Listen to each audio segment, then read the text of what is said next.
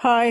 Afghani paneer curry కోసం 2 చెక్క, లవంగాలు, కాల్చిన ఎర్రగడ్డ పైన పొట్టు తీసేసింది, 4 పచ్చిమిర్చి, ఒక బిర్యానీ ఆకు, కొంచెం పుదీనా, కొత్తిమీర, పెరుగు 1 స్పూను, అట్లే ధనియాల పొడి వేసి మెత్తగా గ్రైండ్ చేసుకోవాలి. ఇప్పుడు ఆయిల్ 4 స్పూన్స్ వేసి అది బాగా వేగినాక ఉప్పు, పసుపు, గరం మసాలా వేసి ఏపి వాటర్ వేసి ఉడికించుకోవాలి. ఏపిన పన్నీరు ఇప్పుడు కలిపేసి కొంచెం వాటర్ వేసి 2 మినిట్స్ ఉడికిస్తే పన్నీర్ కర్రీ రెడీ.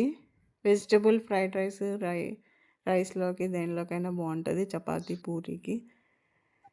లంచ్ బాక్స్కి వెజిటబుల్ రైస్ పన్నీర్ కర్రీ బాగుంటుంది. నచ్చితే లైక్ చేయండి, షేర్ చేయండి, సబ్స్క్రైబ్ చేయండి. Thanks for watching. Please subscribe my channel.